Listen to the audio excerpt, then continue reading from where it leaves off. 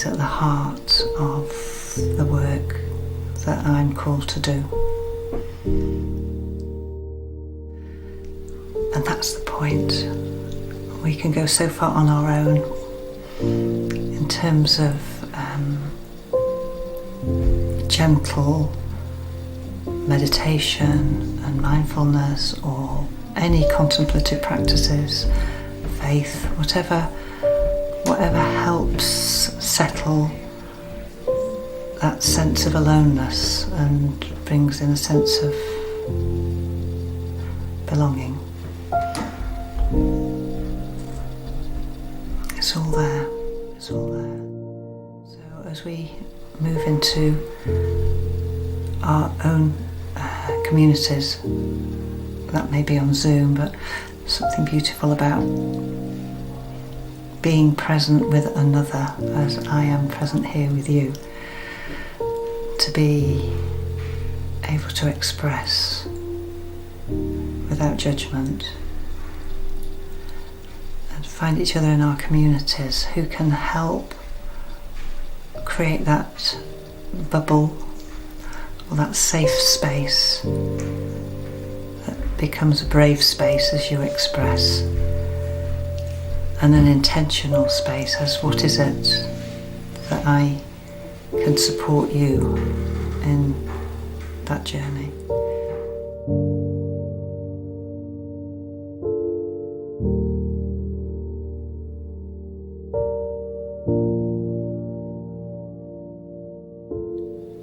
The question I ask continually is, how do we who practice, who share holistic well-being, help those who are looking for it when we don't know who they are and they don't know who we are?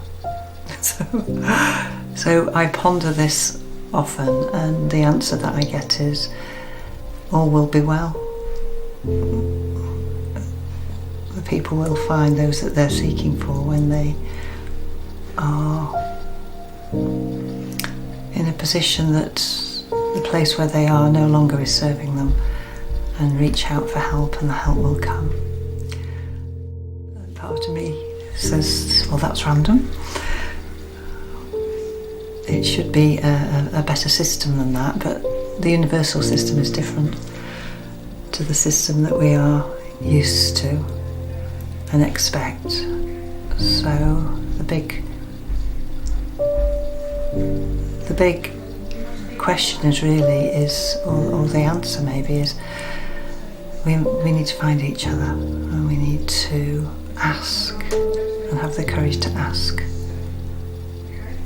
where can I find help, or can you help me?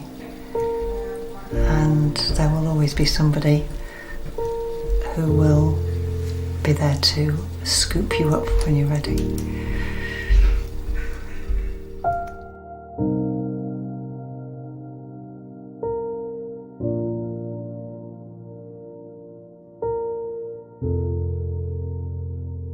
So from a personal perspective, when I went through my period of overwhelm where life wasn't making any sense, I couldn't find anybody because I didn't know who I was looking for.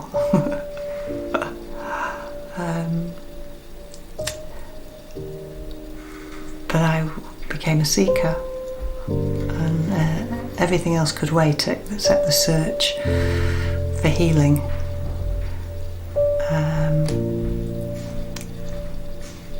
So far-flung travels all over the world, but it was all here actually. It was here deep within me, but I wasn't able to access it on my own.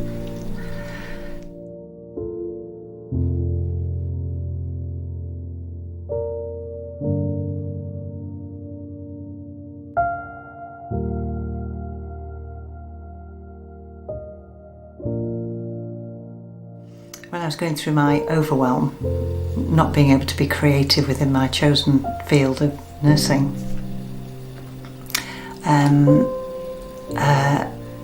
I went to see a friend just because I had some time, and then I expressed that I was really not in a good place.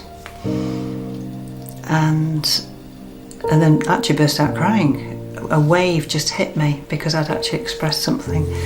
And she said, well, I think I know what I can do to help you. And she went and got a book. It was a big coffee table book. And she said, I think this book will help you. Just read what's in it. And it was a book on Ayurveda, the ancient healing tradition. And then she says, and I think meditation would help you find a little peace. Let me take you to a meditation class. I'll come with you. And the seed was sown from there. So it was that acceptance that I was in a place that I no longer wanted to be, that I was able to express to a dear friend who was so surprised. And then I was given tools. I was given this book to read, which I didn't. As I was reading it, I was thinking, how can you do all these rituals? There's so much to do. But what I found was, if I just held the book, that was enough. So it was like there was an energy imprinted in this book that enabled me to calm down, because there was something in there that, when I had the time and the energy, I could read it. But it was being taken by the hands to a meditation group and learning the meditation techniques. I didn't understand what was happening, but I just knew that in that hour and a half, I felt, when I came out, I had a good night's sleep. The only time I had a good night's sleep during the week. So there was no hesitation about going back, and my friend went with me each week for about 3 or 4 years, until I was ready to invite people back to my house and say, would you like to come to my house and meditate? So they did, and there was about 6, 8 of us to start with, and it grew to 80. But not in my house. We had to move venues again and again, because it started to perpetuate that people found out that we were meeting and that we were feeling buoyant from it, because we were learning as well, not just meditating. We're looking at the work of various Deepak Chopra, Greg Braden, Bruce Lipton, in the early days, back from the 90s, when they started their journey through either cell biology or integrative medicine. So we were learning where they started as we were starting. And I would say every one of us who've been in various groups that I've organised have gone on to do further training in holistic therapies of some description. And many have left their chosen professions, but that's sometimes an age thing. It's time to move on or take early retirement. But the growth of the people in our community is a joy to behold, because we do support each other. And then we go out and we hold mass meditation events and support people by, if we're outside, creating a human ring around people so that they know that they're safe when they close their eyes, but they're held within a circle. But I think the essence is when we help ourselves and we then find another or others to deeply see us, and then something happens.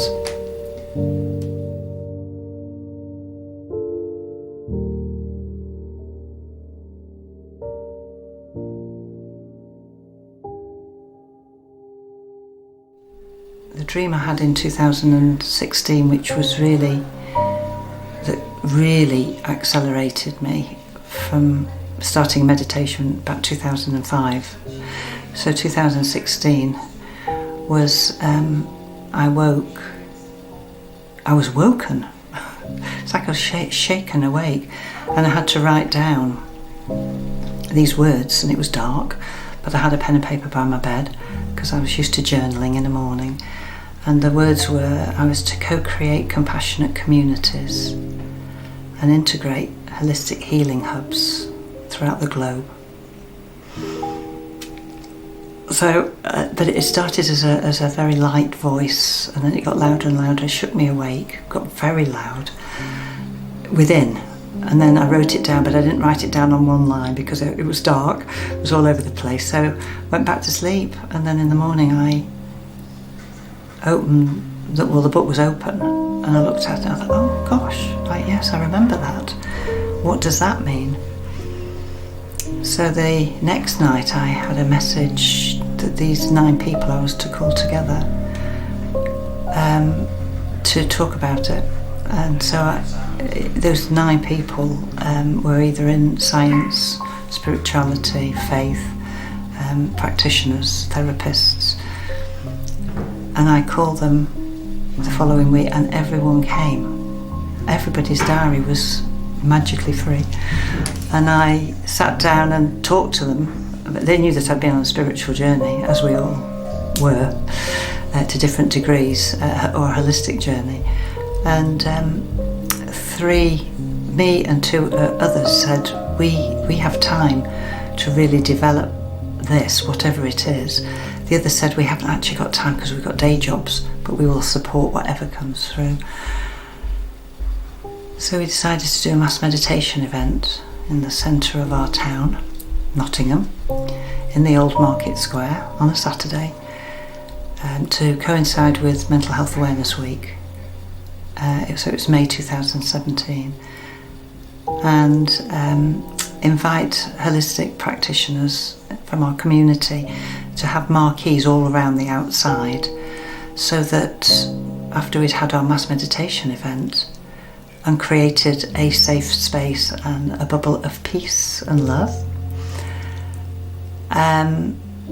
people could then go and meet those who were providing those services. And about 800 people came to the meditation, and about 4,500 people came to the event. It was all free, but we had lots of security guards, so we were able to track a lot of these figures as accurate.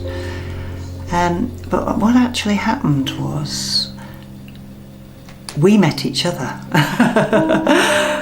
So, and the people met the people who were providing services locally. But I really do believe it was because we met each other and we've experienced what each other's offerings were, be it from hand massage to Tai Chi to laughter yoga to crystal therapy, whatever it was. And it was like, okay, now I know what you do. If I have a client who I think could benefit from what you do, then I will. And then this cross-pollination or collaboration from competition happened spontaneously and naturally, and it still carries on to this day. So yeah, there's been a lot of incredibly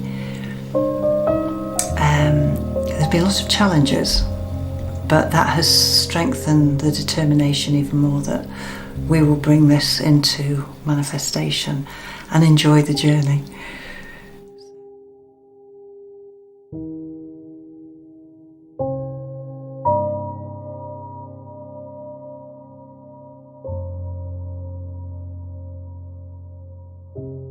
What I remember very acutely was the day where I was at my lowest ebb, and where I was very close to the seaside, and I put my hands in the sea on this day, which was the 31st of May 2007.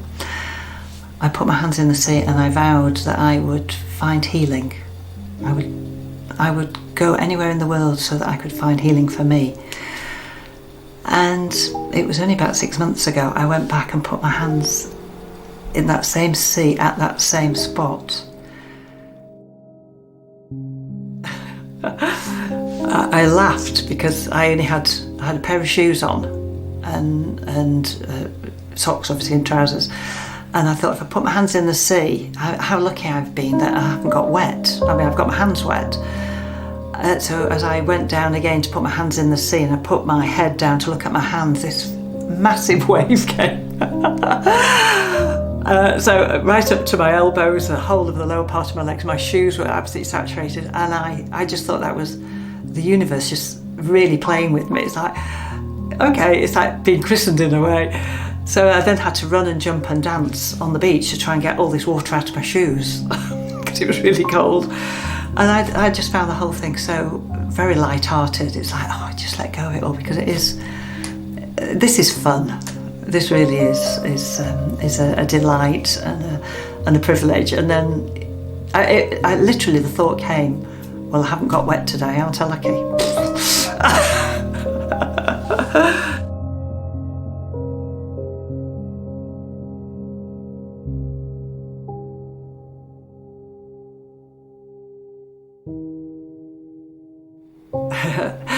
And I recognised that I had morphed into the person that I had been looking for.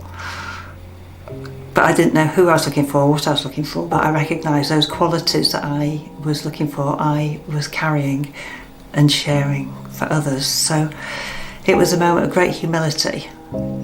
I see now.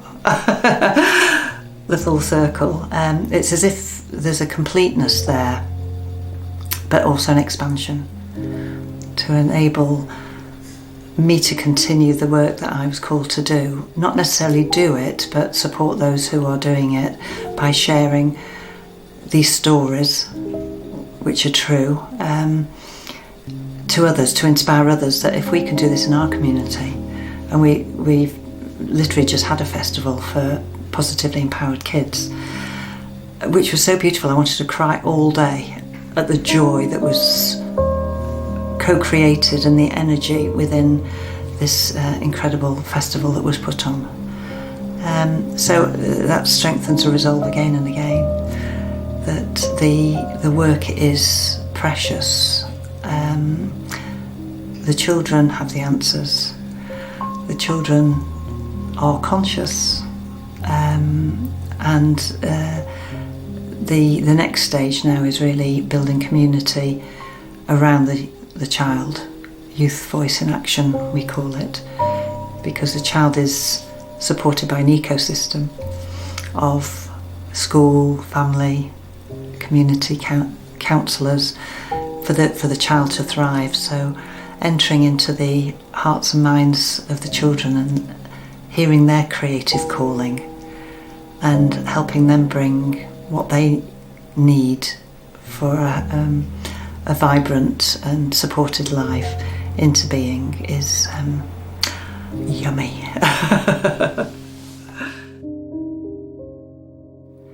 And then we share it. We're saying to anybody, this too can be yours, not necessarily to replicate because every area is different, but how can we help serve you so that you too can bring this into your communities? What can we do? So that's where we are. We've got global voices who are supporting this. They give their time. Global organisations who are supporting it, and local and national. But the heart lies in strengthening the local ties.